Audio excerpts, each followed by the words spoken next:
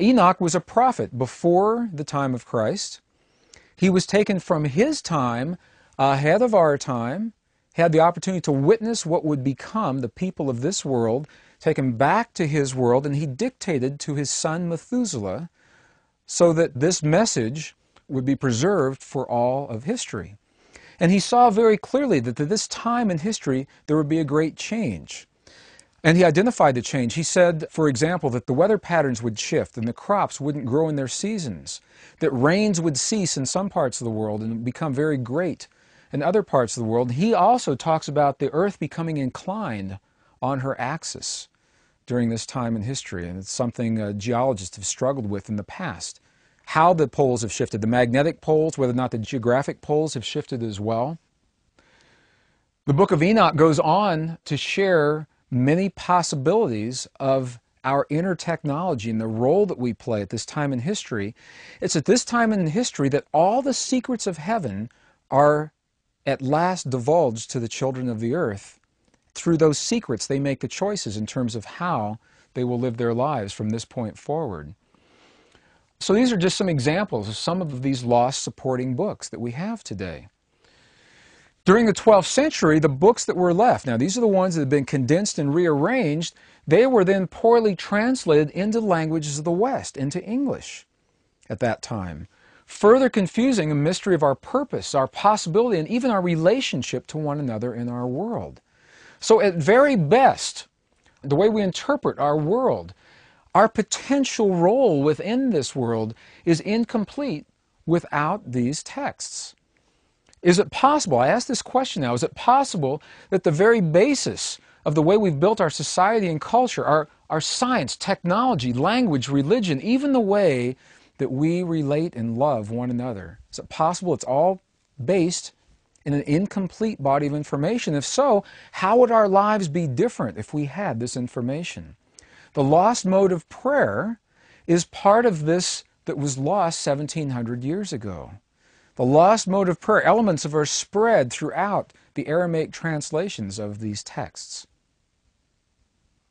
Of the tenets that are available to us through these lost texts, if we were to go through at least the 45 books that we're aware of, and hone all that information down into those 4 tenets, and I just shared those with you. The first one says there's only one of us here. We're unity by nature. The second one reminds us that unity consciousness is moving collectively toward this rare moment in history. The third one reminds us that we have direct access to the creative forces of our world. And the last one suggests that the science of compassion may be the most ancient science that allows us to gracefully transcend the great challenges of our life with grace. Well, 2 of those tenets I'd like to develop further. Well, one of those, it's the one that says there's only one of us here, that our consciousness is holographic in nature.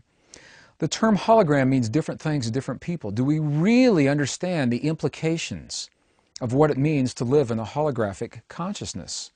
When I say the word hologram, what do I mean by that?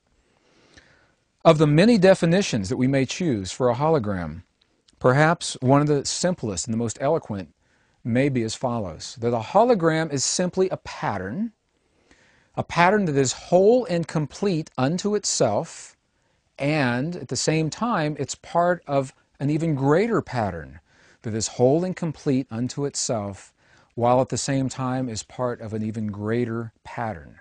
Now this pattern can be non-physical energy, or it can be very physical matter.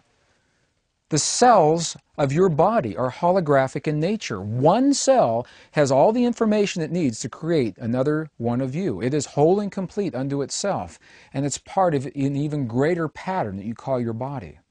Okay? Consciousness works this way.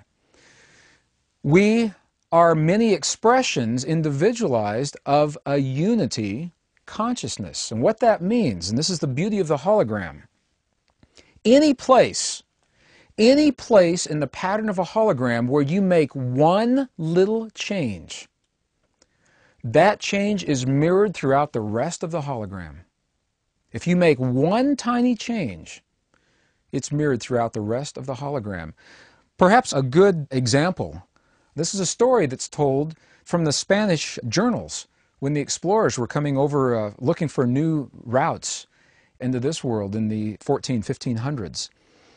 One of the routes took them around the coast of South America, and the Spanish galleons that were making this journey, sometimes journeys took many months, up to a year, they set ashore for supplies in a place where the Spanish had never recorded being before, and they were met on the shores by the indigenous people of that area who apparently had never seen white people before, had never seen Western technology before. And fortunately for this particular story, one of the first men to meet them on the shore was the shaman of the tribe. He was the holy man. So here the holy man of the tribe meets the Spanish as they're coming ashore. They left the large ships out on the water and they came ashore in smaller rowboats.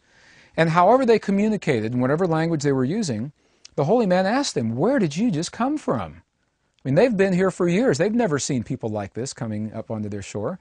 And however they communicated in return, the Spanish said, "We came on this little boat from that big boat with the wooden planks and the canvas sails out on the horizon of the ocean."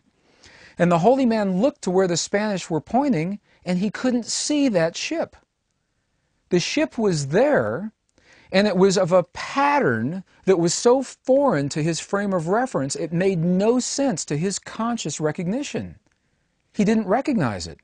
And as I hear this story, I often wonder, how many times does that happen in our world, in our lives? How many times do things happen right in front of us, and maybe we disallow it because it doesn't make sense in terms of our frame of reference? Is it possible there's a whole separate world going on here that we haven't recognized because we don't allow for it in our paradigm? Well, because this was a holy man, because he was a shaman, he was fascinated by the possibility that these people came from something that he couldn't see. So another individual may have dismissed it. The shaman worked with it. And eventually, what he said, in a matter of moments, he says, "You know, if I look out of the corner of my eyes and I squint just the right way and redefine the shape of my eyeball, I begin to make something out on the horizon." And in just a few moments, he taught himself how to see a pattern of matter that he had never been exposed to before. He taught himself to see that. That happened to him on the shore.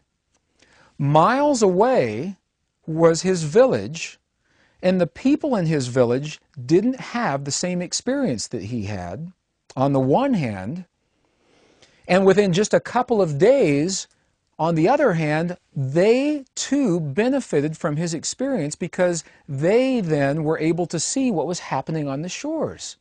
How did that happen? They weren't witnessing with him on the one hand. The other hand, they learned through his experience. The term we use today is called collective resonance. And what it means to us is that every time one person chooses a new way to respond to the challenges of life, each time an individual chooses a new option, that person then becomes a living bridge for all the others who choose to follow in that person's path. It's not about imposing will on anyone. What it is about is that person now that chose a new way, that chose a new path, they have created a template of a new possibility very close to the consciousness of all others who choose to follow, and that template now becomes more accessible to the next and the next and the next. The shaman on the shore, he chose to see a new way, and through collective resonance, others benefited from his experience. This is the beauty of the hologram. If we have a pattern, perhaps it looks like a snowflake pattern, and that pattern is whole and complete unto itself and part of an even larger snowflake, which is whole and complete and part of an even larger snowflake. And there is one place in each of these patterns where there is a little pointed tip, and we take the tip off in one place of the snowflake. That tip no longer exists anywhere in the pattern. That's the beauty of the hologram. When a change occurs in one place, it's mirrored throughout the whole. It's mirrored throughout the rest of the system. What that means to us simply is this: